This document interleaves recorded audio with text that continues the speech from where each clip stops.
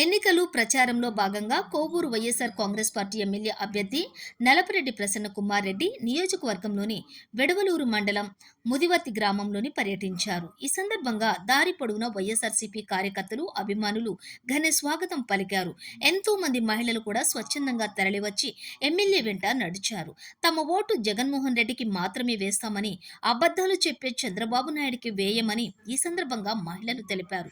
ప్రచారం ఆద్యంతం వైఎస్ఆర్సీపీ కార్యకర్తలు, అభిమానులు భారీ స్థాయిలో పాల్గొన్నారు. నల్లపురెడ్డి ప్రసన్న కుమార్ రెడ్డిని భారీ మెజారిటీతో గెలిపించుకుంటామని వెడవలూరు ప్రజలు తెలిపారు.